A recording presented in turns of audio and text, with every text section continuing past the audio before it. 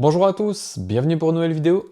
On est parti aujourd'hui pour parler des Bucks et de Giannis, parce que je pense qu'on arrive vraiment dans un tournant pour la franchise. Il y a eu beaucoup de décisions et d'événements qui ont fait que les Bucks sont dans une situation assez terrible. Ça fait maintenant 3 saisons d'affilée que les Bucks sortent au premier tour, et cette année ils se sont fait encore sortir par les Pacers pour la deuxième année d'affilée. Damian Lillard, qui est la deuxième star de l'équipe, a aussi été blessé pour de longs mois avec une rupture du talon d'Achille. En plus de ça, il revenait d'une thrombose veineuse. Donc ouais, vraiment, le sort s'abat un peu sur lui.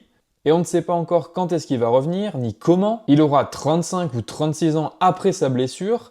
Et pour un joueur qui prend 54 millions l'année et qui prend donc une grosse place dans le cap space des Bucks, eh bien, ça risque d'être vraiment très compliqué pour leurs finances. Il y a aussi eu des choix assez mauvais pour la franchise. Par exemple, l'ajout de Kyle Kuzma, qui a fait des playoffs abominables. Peut-être un des pires joueurs sur ces playoffs. Le coaching aussi, c'est compliqué. Doc Rivers, Darvin Ham.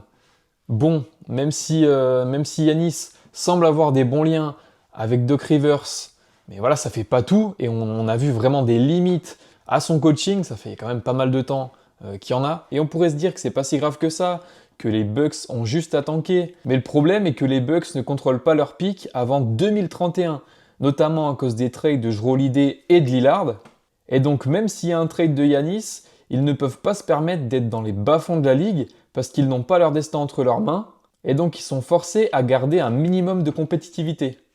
Et pour moi, il n'y a juste plus aucune chance pour Giannis de gagner à Milwaukee. Si t'es le front office, c'est juste impossible de le convaincre. Il n'y a quasiment plus rien à trade, il y a presque plus d'assets. Au niveau des jeunes, c'est pas ça non plus, il n'y a pas de jeunes avec un gros potentiel dans l'équipe. Et pour moi, Giannis devrait partir. On a beaucoup parlé de la loyauté de Giannis avec les Bucks, mais je pense que là, c'est dans l'intérêt des deux parties. Donc pour Giannis, pour bien finir sa carrière, aller dans une équipe beaucoup plus compétitive qui va lui apporter plus de garanties. Et pour les Bucks, ben voilà, assurer un meilleur futur parce que là actuellement c'est ultra compliqué et ça fait vraiment peur. Du coup pour la suite de la vidéo, on va voir plusieurs idées de trade qui pourraient arranger les deux parties et Giannis et la franchise. Donc allez, c'est parti. Première équipe, on commence avec les Nets. Et c'est vrai qu'en parlant des Nets, on se dit bizarre, équipe en pleine reconstruction. Pourquoi Giannis irait là-bas? Mais en fait, ça peut aller beaucoup plus vite que prévu. Déjà, si on prend en compte s'il y a en place actuellement, on a Cam Thomas qui est un très bon scoreur, capable de sortir 25-30 points assez facilement. Par contre, petit point d'interrogation, il n'est pas encore prolongé, mais visiblement, ça devrait le faire. Ensuite, sur le poste 5, on a un pivot tout à fait correct avec Nick Claxton. On a aussi Cam Johnson, un des meilleurs 3&D l'an passé, qui était dans les rumeurs de trade pendant très longtemps, qui a suscité beaucoup d'intérêt pour beaucoup de franchises de la ligue. Et on ne va pas oublier que à la draft, là, la prochaine draft qui va arriver, les Nets auront sûrement un gros choix de draft. Ils ont 9% d'avoir le first pick. Et imaginons juste un Cooper Flag dans l'équipe, ce serait incroyable. Et la prochaine draft a beaucoup de qualité. Alors si c'est pas Cooper Flag, si c'est quand même un choix haut, pourquoi pas un Dylan Harper, un Ace Bailey, je sais pas, VJ Edgecombe, Trey Johnson, il y a vraiment beaucoup de jeunes intéressants qui vont arriver. Et il faut pas oublier non plus que l'an prochain, les Nets sont un des plus petits cap space de la ligue. Donc il y aura de la place pour le contrat de Giannis et même pour aller chercher quelques joueurs à la free agency. Donc c'est vrai qu'au final, les Nets, dans l'état, on se dit non, c'est pas possible. Mais avec quelques ajustements, on peut rapidement avoir quelque chose de très très bien. Et si j'avais un trade à monter, je donnerais quelques jeunes de Brooklyn. Donc par exemple du Noah Clowney qui a vraiment pas mal de potentiel. C'est un jeune assez sous-coté de la ligue. Avec pourquoi pas un Derek Whitehead ou un Jalen Wilson. Et par contre derrière, tu blindes de first pick. Ah, les Nets en ont énormément. Ils en ont récupéré beaucoup, notamment dans le trade de Mikal Bridges. Et ils en ont d'autres. Ça permettrait à Milwaukee d'avoir un futur beaucoup moins flou avec une flopée de jeunes qui vont arriver. Et pour Giannis, tu aurais une base avec une équipe vraiment assez cool. Imaginons juste que les Nets ont le first pick, tu as un Cooper Flag dans l'équipe, Cam Thomas, Cam Johnson, Claxton, Giannis. Honnêtement, tu as une base vraiment solide. On passe à la prochaine équipe et c'est les Houston Rockets. Et pour moi, c'est une équipe où il peut y avoir beaucoup de rumeurs cet été. J'en ai déjà parlé, mais pourquoi pas un KD ou même un Booker. Voilà, pour moi, Devin Booker, ce serait le candidat idéal dans leur structure actuelle. Mais c'est vrai que si Giannis est disponible, je pense que Houston sera forcément un gros candidat. Et contrairement à Brooklyn, on a déjà une équipe qui est prête avec un gros noyau de jeunes et des bons joueurs déjà en place. On est une équipe déjà au niveau playoff. Après, j'ai quelques doutes sur les fits, Sengun Yanis notamment. Bien sûr, si le Turc n'est pas impliqué dans le trade. Et si lâche Jalen Green, le backcourt sera aussi assez pauvre. Donc tu devras aussi faire des trades, je pense, pour le renforcer plus tard. Mais il faut pas oublier qu'Houston a énormément de first pick, notamment certains des Suns et même un des Mavs en 2029 qui est vraiment intéressant.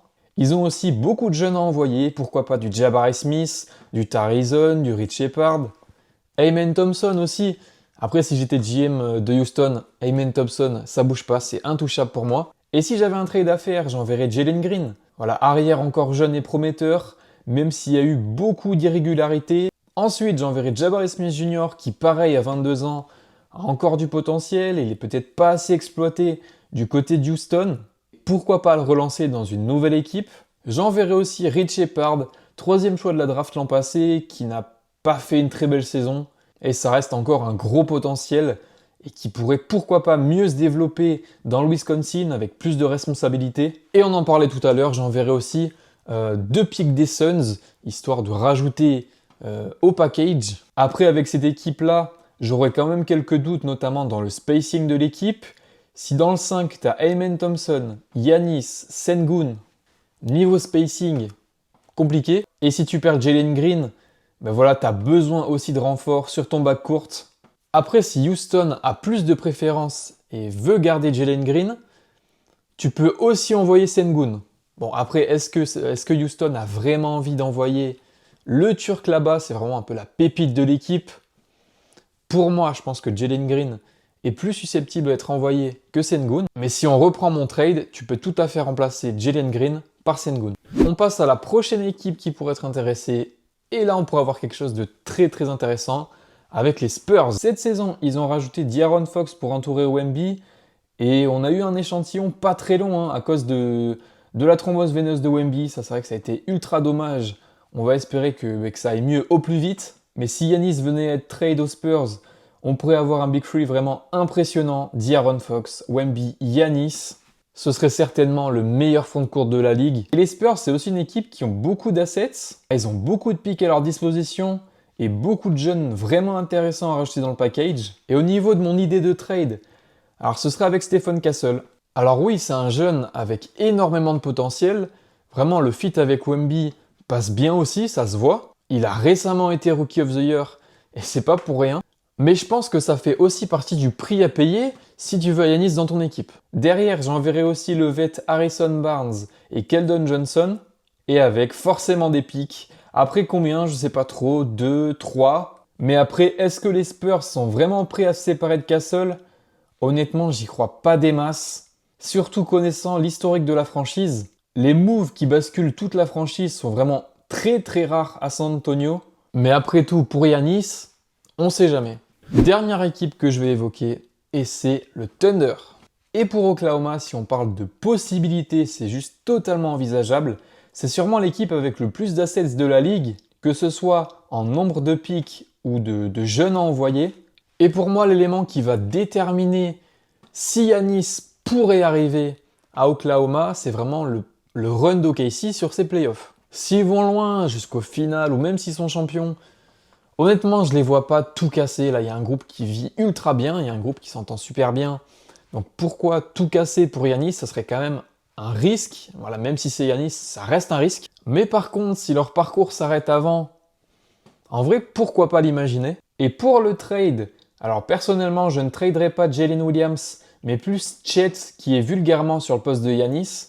Ça permettrait aux Bucks d'avoir un jeune ultra prometteur en compensation du grec. J'enverrai aussi Isaiah Hartenstein, surtout pour matcher les salaires, même si sa perte serait assez importante quand même pour OKC, il fait vraiment du bien dans la raquette. Avec, j'enverrai aussi Aaron Wiggins ou Isaiah Joe, une pièce importante en plus.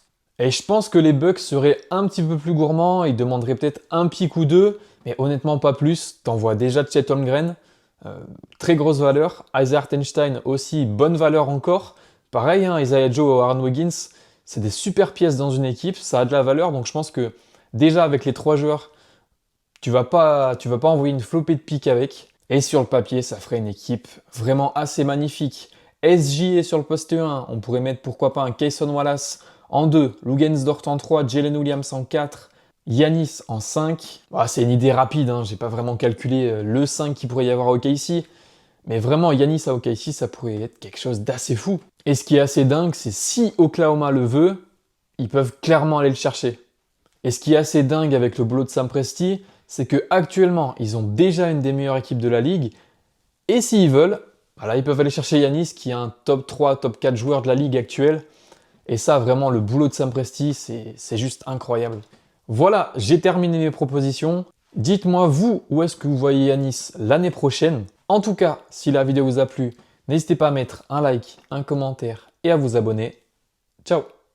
And then make me remember, I'm trying to be great. You hear me? Great.